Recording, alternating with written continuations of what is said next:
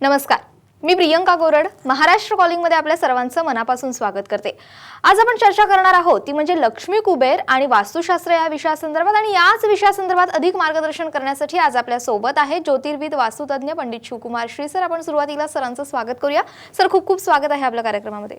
खरं म्हणजे दिवाळी तोंडावरती येऊन ठेपलेली आहे आणि अशामध्ये दिवाळीचा सण कसा साजरा करायचा आणि अधिक आपण गोष्टी करत असतो, काही चुकाही घडत असतात, मात्र त्या चुका टाळण्यासाठी नेमकं काय करावं हे आज आपल्याला सरांकडून जाणून घ्यायचं आहे। कार्यक्रमाला सुरुवात करण्याआधी आपण सरांची थोडक्यात ओळख करून घेऊयात। पंडित शिवकुमार श्री यांना 12 ज्योतिर्लिंगातील एक प्रमुख ज्योतिर्लिंग श्री शैल जगद्गुरु पीठाच्या वंशामुळे आध्यात्मिक परंपरा असून त्यांनी स्वतः रोबोट्समध्ये इंजिनियर म्हणून काम देखील केलंय। 27 वर्षापेक्षा जास्त वास्तुशास्त्र, ज्योतिषशास्त्र आणि मंत्रशास्त्र यातील त्यांना अनुभव असून त्यांना भारतात आणि भारताबाहेर 15 पेक्षा जास्त पुरस्कारांनी सन्मानित करण्यात आले। 2014 साली माननीय राष्ट्रपती प्रतिभाताई पाटील यांच्याकडून मिळालेला सर्वोच्च पुरस्कार, तसंच 2015 साली अमेरिकेत लॉस एंजेलिस इथं वास्तु प्रोडक्ट्सचं अनावरण उद्योग मंत्री श्री सुभाष देसाई यांच्या शुभ हस्ते झालेलं आहे। जगभरात 17 पेक्षा जास्त देशात त्यांचं मार्गदर्शन होत असून दुबई, लंडन आणि अमेरिका इथं त्यांचं रजिस्टर ऑफिस देखील आहेत। आजच्या या विषयासंदर्भात जर का तुमच्या मनात काही प्रश्न असतील तर जरूर फोन करा। 02266843333 हा आमचा स्टुडिओ क्रमांक आहे। चला तर मग चर्चेला सुरुवात करूया।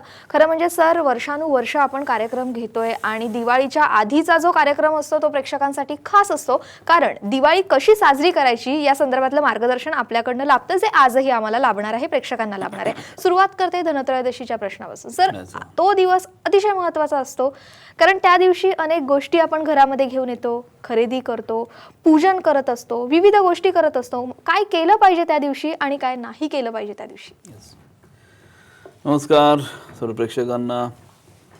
येथे दिवाळी सुखसमृद्धीची, भरभराटीची जावो आणि येणारं वर्ष 100% सुखसमृद्धीचं असणार आहे, ही मला 100% गॅरंटी आहे।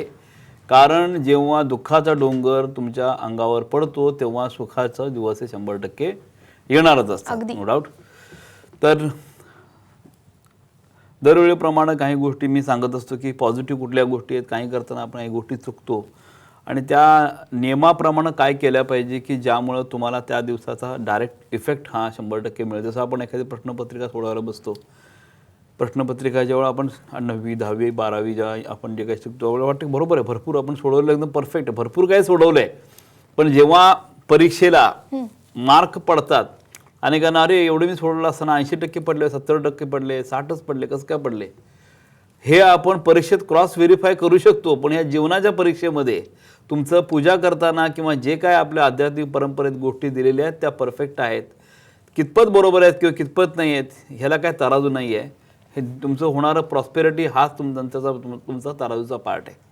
फॉर एक्झाम्पल, अनेक मी 8 वर्षापूर्वी पण याच साम टी व्हीवर 6-7 वर्षापूर्वी बोललो होतो की अनेक वेळा आपण हे पूजा करतो, घटस्थापना करताना चुकला, वैधृती योगामध्ये घट बसल्यानंतर मग ते पुढे 40 पिढ्याचा त्रास होत असतो, किंवा घटस्थापनेच्या दिवशी व नारळ वाढवला तर घटभंग योग तयार होतो की ज्यामुळं आजपर्यंत तुम्ही जे घटस्थापना केलेली आहे त्या सगळ्याचा रिव्हर्स इफेक्ट तुमच्या पूर्ण खानदानाला होतो।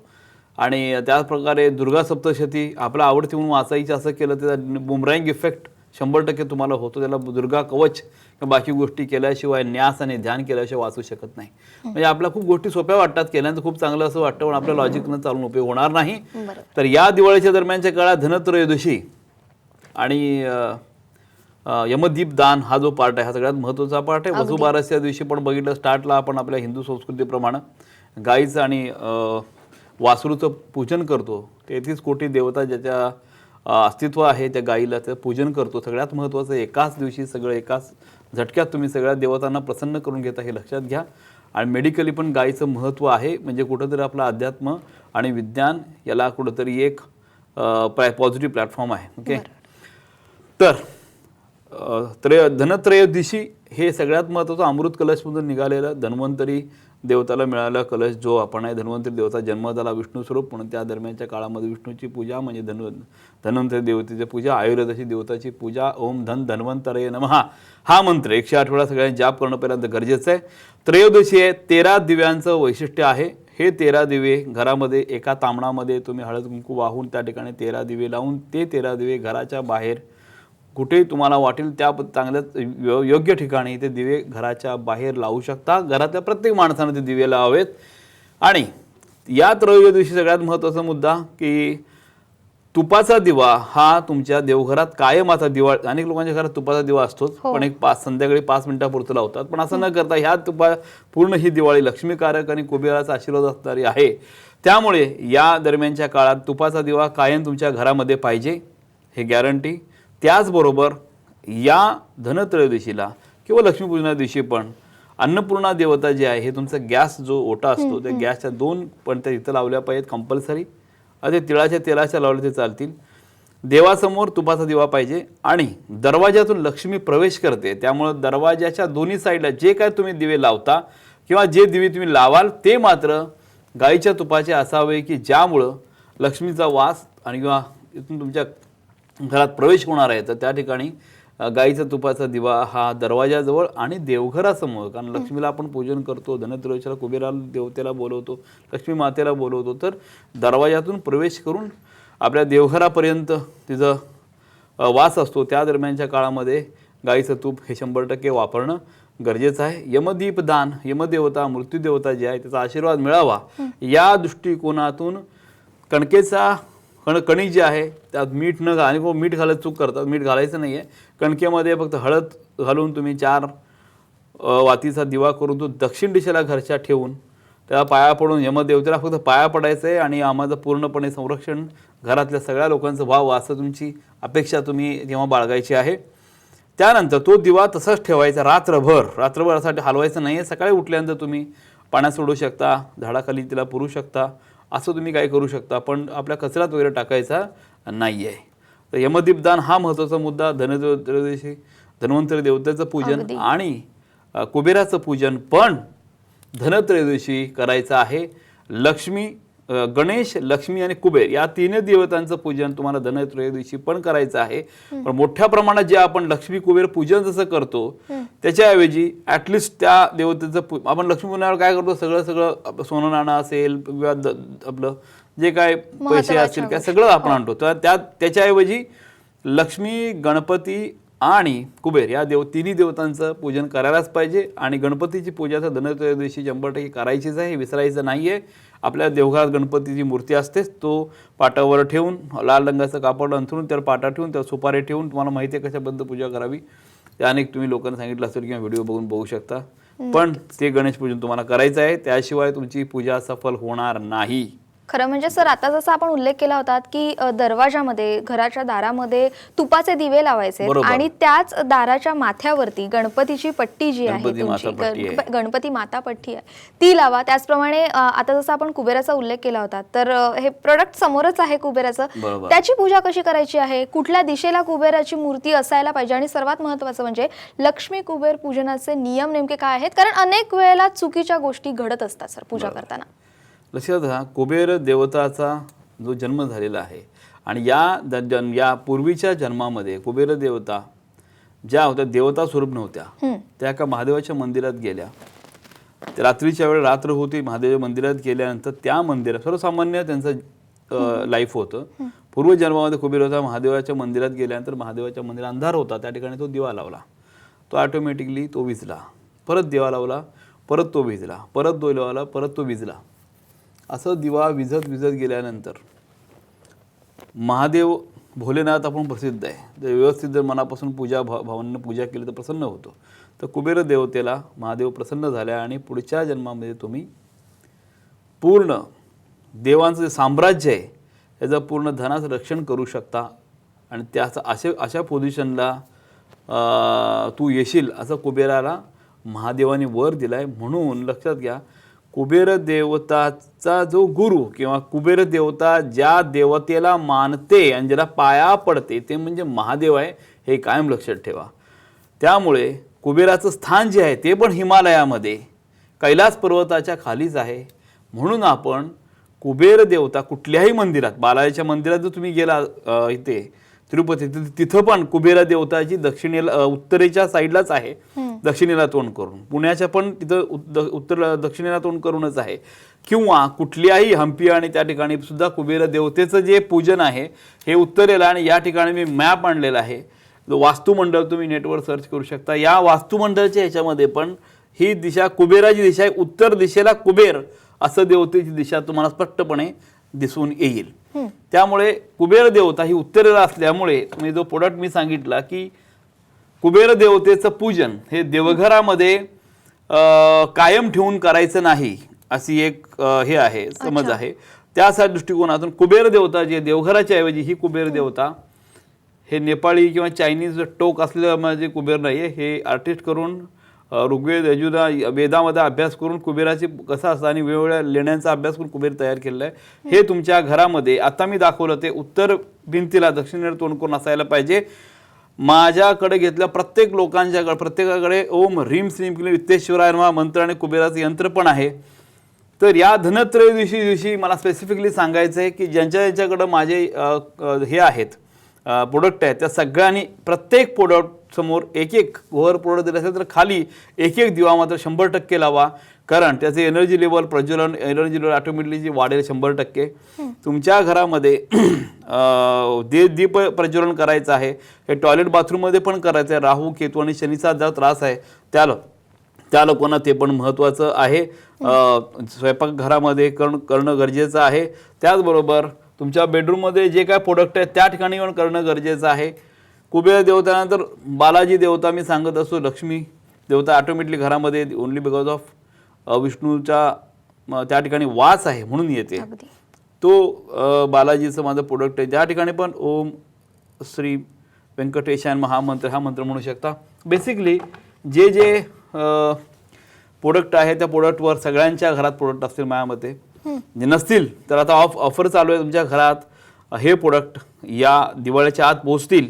आणि लक्षात घ्या लक्ष्मी कुबेर देवतेचं जे पूजन आहे त्या पूजनाच्या वेळेला श्रीयंत्र अनेक लोकांच्या घरामध्ये असतंच. माझ्याकडे पण स्फटिक श्रीयंत्र मी लोकांना देत असतो. सिद्ध केलं स्फटिक यंत्र तुम्ही माझ्या ऑफिस मागून घेऊ शकता. त्याचबरोबर माझा जो मनी बॉक्स आहे. खरं म्हणजे सर मनी बॉक्स बद्दल मला जाणून घ्यायचंय कारण अनेकांचा असा प्रश्न असतो की पैसे आहेत पण ते टिकत नाहीत. कारण चुकीच्या ठिकाणी चुकीच्या वेळी आपण एखादी गोष्ट करतो किंवा चुकीच्या ठिकाणी जर का ती वस्तू असेल तर त्याचे आपल्याला परिणाम चांगले किंवा वाईट कसे भोगायला लागतात हे सरांकडनं मला जाणून घ्यायचं. आणि पैसा हा प्रत्येकासाठी महत्त्वाचा आहे. लक्ष्मीपूजन करायचं म्हटल्यानंतर पैसा तर पाहिजे की नको आणि पैसा येण्यासाठी नेमकं काय केलं पाहिजे आणि काय टाळलं पाहिजे हे सरांकडनं जाणून घ्यायचंय. मात्र घेऊया एक छोटासा ब्रेक.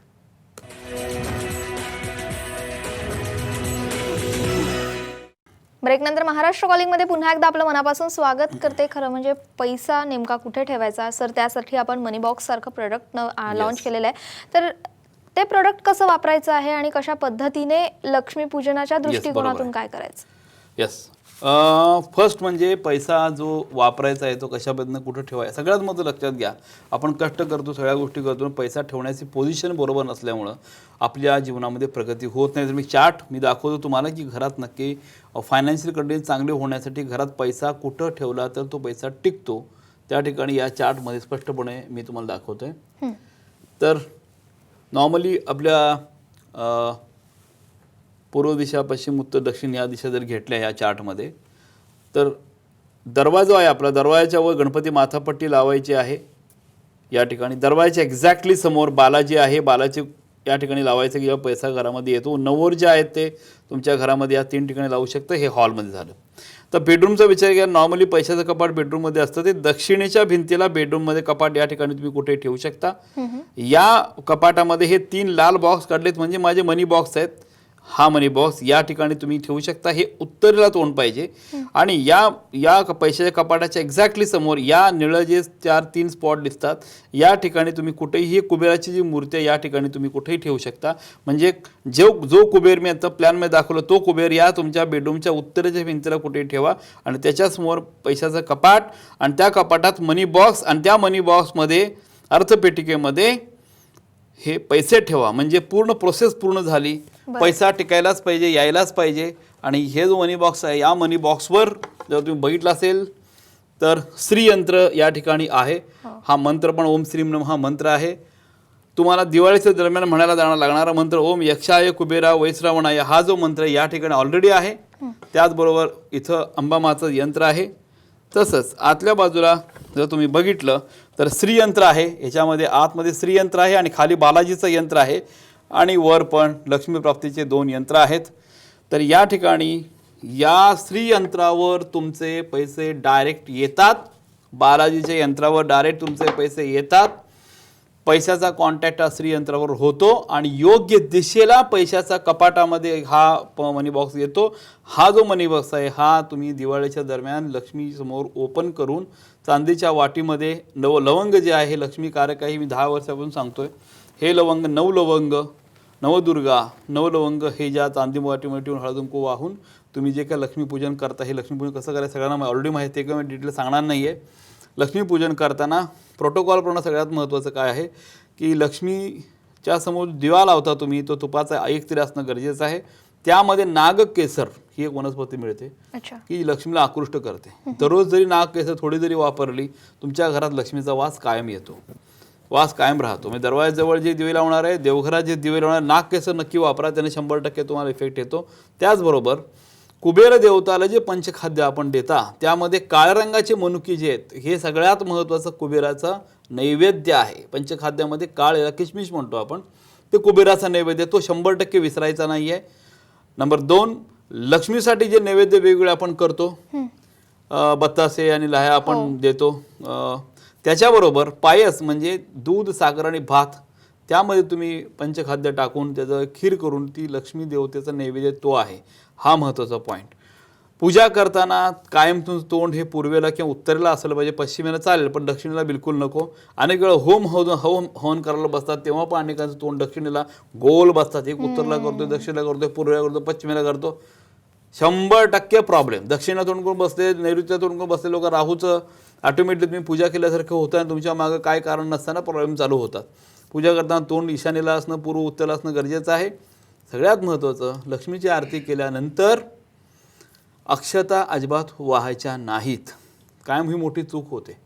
झाली पूजा की आपण अक्षता वाहतो, तुमचं काम झालं तुम्ही जा असा अर्थ होतो. अक्षता वाहिल्या की तुमची ऑलरेडी दिवाळीच्या दिवशी तुम्ही लक्ष्मीला घरातून बाहेर काढलेला आहे आणि त्याला जाण्याचा तुम्ही निरोप दिलेला आहे असा अर्थ होतो. म्हणून दिवाळीच्या दरम्यान पूजा करताना झाल्यानंतर, आरती झाल्यानंतर तुम्ही ॲब्सोल्युटली आरती केल्यानंतर अक्षता या वाहायच्या नाहीत. हा सगळ्यात महत्त्वाचा मुद्दा. फुलं वाहा, मंत्र पुष्पांजली म्हणतो, त्यात अक्षता नसतात, पुष्पांजली असते.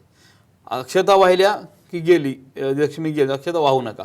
हे महत्त्वाचे नियम आहेत. खरं म्हणजे अगदी छोट्या छोट्या गोष्टी आहेत पण त्या माहिती असणं तितकंच महत्त्वाचं आहे आणि त्याचा वापर करणं त्या योग्य वेळी तेही तितकंच महत्त्वाचं आहे. खरं म्हणजे सरांच्या मार्गदर्शनामुळे अनेकांना सुख लाभलेलं आहे, तर अनेक जणांची संकट जी आहेत ती दूर झालेली आहेत. आणि असाच एक अनुभव आता आपल्या समोर आहे रणजित ठाकूर यांचा, तो आपण पाहूयात. नमस्कार मित्रांनो, माझं नाव रणजित किसन ठाकूर. मी फिटनेस कोच आहे आणि माझी पहिली भेट जी आहे सरांची मल्टीफिट कोथरूड फिटनेस क्लबमध्ये झाली होती. मी सरांना प्रशिक्षण करत होतो फिटनेसबद्दल आणि मला नंतर कळलं की ना सर खूप मोठे पंडित आहेत. तर त्यांच्याशी मी संवाद साधला आणि मला कळलं की ना सरांचं ऑफिस आहे. सरांना बोललो की ना मला थोडेसे प्रॉब्लेम्स येतात, तर सरांनी त्यांच्या ऑफिसवरती मला बोलवलं आणि मी माझे प्रॉब्लेम्स त्यांना डिस्कस केले पूर्णपणे की ना सर मी एक्सरसाइज करत होतो आणि मला हार्निया डिटेक्ट झाला. तर सरांनी माझ्या करंगलीत पाहिलं की तू कुठला खडा घातलाय म्हणून. तर मी सरांना दाखवलं. सरांनी माझी जन्मकुंडली घेतली. त्याच्यानंतर त्यांनी मला सांगितलं का हा खडा तुला लाभदायक नाहीये, ह्या खड्यामुळेच तुला त्रास होतो. मला पहिले एकदम आश्चर्यचकित झालं, मला विश्वास झाला नाही की असं सुद्धा काही असतं. पण त्यांनी मला सांगितलेल्या गोष्टीनुसार ते मी खडा काढला आणि तो जो काही रत्न होता तो काढला. सरांनी त्याच्यानंतर मला अर्थसहाय्यिका पेटिका दिली आणि त्याच्यानंतर दिशा यंत्रकुपी दिलं, त्याच्यानंतर इच्छाशक्ती यंत्र दिलं आणि मला 2 रत्न त्यांनी सजेस्ट केले आणि तेही त्यांनीच दिले मला.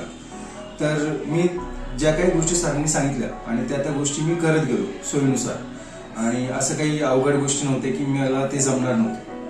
तर सरांनी दिलेल्या मार्गदर्शनानुसार मी सगळ्या गोष्टी करत गेलो आणि मला खूप चांगला रिझल्ट भेटला त्या गोष्टीचा की ना एवढं लॉकडाऊन असतं ना 5 महिने 6 महिने, आज 6 महिने झाले आमची जिम बंद आहे.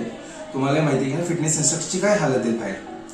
पण मला आता कधीच जाणवलं नाही की मी लॉकडाऊन मध्ये मला कधी पैशांची कमतरता किंवा चिंताजनक विषय असं कधीच वाटलं नाही. जे काही गोष्टी सरांनी सांगितल्या त्या गोष्टी मी करत गेलो आणि आजही मला कधीही पैशांची चिंता जाणवली नाही. घरात जो काही माझा एक्सपेन्स होत होता तोही बऱ्यापैकी कमी झाला आणि मला असं वाटतं की ना लॉकडाऊनमध्ये कोणी जास्त खर्च केला नसेल, पण मी घरच्यांसाठी खूप खर्च केला. मी AC घेतला, त्याच्यानंतर मी माझ्या मिसेसला बाईक घेतली आणि आता एक नवीन बिझनेस सुद्धा चालू करतोय सरांच्याच मार्गदर्शनानुसार. तर मला खूप चांगला रिझल्ट भेटलेला आहे आणि माझी इच्छा आहे की ना तुम्हीही एकदा ऑफिसला या. सरांनी खूप एकदम समजावून सांगतात आणि एकदम सोप्या गोष्टी सांगतात की ते तुम्हाला आपल्याला जास्त अवघड जात नाही. तर मला खूप चांगला रिझल्ट भेटलाय सरांना. तर मी सरांना मनपूर्वक आभार देतो. जय. खरं म्हणजे संकटाच्या काळात जो त्या संकटामधून बाहेर काढतो तो आपल्यासाठी देव माणूस असतो आणि त्यांच्यासाठी खरं म्हणजे ठाकूर सरांसाठी सर आपण देव माणूस ठरला होता. कारण ज्या वेळेला वर्ष सुरू झालं आपणच कार्यक्रम केला होता बरोबर आणि आहे, त्या बरोबर कार्यक्रमामध्ये 2020 मध्ये मोठं संकट येणार हे देखील आपण 7 सांगितलं जानेवारीला होतं. सांगितलं होतं, अगदी. लॉकडाऊनचं डेट सांगितले आणि खरंय. मागच्या 2 एपिसोडला सांगितलं होतं की 13 ऑक्टोबर नंतर करोना 100% जाणार. शेजारी बसला माणूस असेल तरी घाबरायची गरज नाही आणि 20 नोव्हेंबर पासून 4 मार्च पर्यंत पूर्ण भारतामध्ये करोना बऱ्यापैकी नाही झालेला असेल, बाकी देशात असेल, पण आपल्या भारतामध्ये बऱ्यापैकी या वॅक्सिनचा जो पार्ट आहे तो या मंथेंडपर्यंत वॅक्सिन यायला चालू पण होईल, वापर होईल. मार्चच्या काळापर्यंत करोना बऱ्यापैकी जाईल. तर कोरोना घाबरण्याची गरज जाईल नाही. पुढच्या वर्षापर्यंत आपण म्हणून चालूयात, पण काळजी घेणं तितकंच महत्वाचं आहे. हा, ते कारण मात्र महत्त्वाचं. काफी राहून चालणार नाही, काळजी तर प्रत्येकाला घ्यायचीच आहे. सर एक महत्वाचा प्रश्न असा आहे की आज तुम्ही तर मार्गदर्शनासाठी आला होता, तर मी खूप सारे प्रश्न विचारले, मात्र आपले प्रेक्षक जे आहेत त्यांना आपल्याला भेटायचं असेल, आपली अपॉइंटमेंट घ्यायची असेल, तर त्यासाठी त्यांनी कुठे भेटा? सोमवार, बुधवार, शनिवार मी पुण्याच्या ऑफिसला असतो, रविवारी पण असतो. माझं ऑफिसचं टायमिंग सकाळी 10:30 ते रात्री 8:30 पर्यंत असतं. अपॉइंटमेंट ज्या नंबरला घेता मी स्वतः फोन घेत नाही. माझ्याकडं 12 असिस्टंट आहेत, ते लोक तुमचे फोन घेतात. पुण्यामध्ये माझं ऑफिस 3000 स्क्वेअर फीटचं भांडार रोड डेक्कन एरियामध्ये आहे आणि त्या ठिकाणी अपॉइंटमेंट घेताना सकाळी 10:30 ते 2, संध्याकाळी 5 ते 8:30 अशी 2 वेळा तुमच्यासाठी घेतलेल्या आहेत आणि रविवारी सकाळी 11 ते 5 पर्यंतचं टायमिंग, असं कन्व्हिनियंट टायमिंग तुमच्यासाठी आहे. सोमवार, बुधवार, शनिवार आणि रविवार. आणि येत्या 20 तारखेला वाशीमध्ये मी कन्नड सभागृह जे आहे त्या ठिकाणी तो हॉल बुक केलेला आहे. त्या ठिकाणी पत्रिका बघण्यासाठी की पत्रिका भेटण्यासाठी येतोय. त्या वास्तुपुरवठा मिळतील. त्याचबरोबर माझे जे आउटलेट आहेत पुण्यामध्ये 8 आउटलेट आहे. माटुंग्याला एक आउटलेट निघालेले आहे. त्या ठिकाणी PSK 24 मार्ट नावाने माझे जे फूड प्रोडक्ट्स आहेत, दिवाळी संदर्भात ते फूड प्रोडक्ट्स आणि बाकी फूड प्रोडक्ट, वास्तुशास्त्रासंबंधीचे माझे प्रोडक्ट्स हे सगळे तुम्हाला त्या ठिकाणी अवेलेबल डिस्काउंटमध्ये आहेत. माझ्या अपॉइंटमेंट जे आहेत ते पुण्यातल्या 8च्या 8 ठिकाणी जे माझ्या ऑफिसेस जात आहेत, त्या दुकान जे आहे त्या ठिकाणी ऑफिस पण त्या ठिकाणी आहेत. त्यामुळे तेथे असिस्टंट तुम्हाला त्या ठिकाणी अपॉइंटमेंट तुम्ही त्या ठिकाणी घेऊन सेंट्रलाइज होतं. तर आपण घेताना अशा येऊ शकता आणि नक्की तुम्ही माझ्या या स्टोअरला 8 स्टोअरला भेट द्या. त्या ठिकाणी फूड प्रॉडक्ट तुम्ही घ्या, त्याचबरोबर वास्तुपुरवठा घेऊ शकता. आणि मुंबईकरासाठी माटुंग्याला स्टेशनला लागूनच माटुंगाव वेस्टला त्या ठिकाणी काढलेलं आहे. स्टेशनमधून दिसतं माझे ऑफिस आहे त्या ठिकाणी PSK मार्ट नावाने. त्या ठिकाणी तुम्ही प्रोडक्ट घेऊ शकता आणि तुम्हाला जे काय सर्व्हिसेस पाहिजे त्या सर्व्हिसेस सगळ्या माटुंग्याच्या ऑफिसला मिळतील. अगदी खरं म्हणजे आज या प्रोडक्टबद्दल, फूड प्रोडक्टबद्दल बोलणं आम्ही टाळलं यासाठी, कारण अनेकांनी आता चव घेतलेली आहे मसाल्यांची, त्यामुळे आता मसाल्यांबद्दल जास्त बोलण्याची गरज आम्हाला आज वाटली नाही. पण आजच्या या विषयासंदर्भात सर तुम्ही जे काही मार्गदर्शन केलं त्यासाठी खूप खूप धन्यवाद. महाराष्ट्र कॉलिंगमध्ये आज वेळ झालेली आहे, इथेच थांबण्याची. पुन्हा भेटणार आहोत नवीन विषयासह, अधिक माहितीसह. आज मात्र आपल्या सर्वांची इथेच रजा घेते. नमस्कार.